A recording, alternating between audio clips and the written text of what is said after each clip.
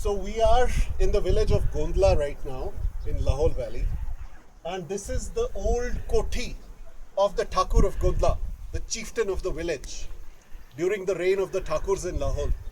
Now, what is really special about this architecture is this is classic Himalayan Kathkuni architecture. Why it's called Kathkuni is if you look at the corners, Kath is lakdi, wood, and Kuni is corner.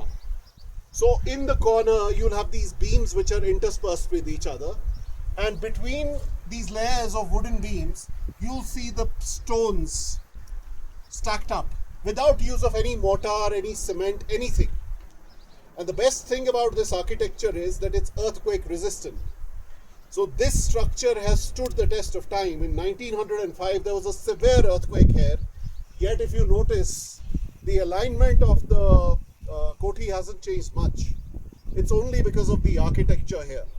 Because having wood and stones without use of mortar means that during earthquakes, this shelter would move with the vibrations of the earthquake. While as modern structures, RCC structures, give resistance to earthquakes. And that is why those pillars crumble and all the cement gets broken.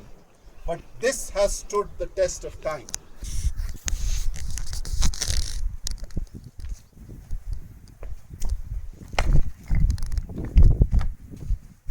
The other thing to be noticed is that all the verandas, including the top, the gallery on the top, that's a cantilever structure.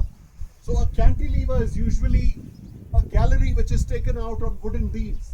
If you notice, the gallery goes all around the koti. So this is where the Thakur would sit, and the placement of the koti is such that it gives it a vantage. You can look on both sides of the valley from an elevation. So if any enemy armies are coming, you would spot them from a distance.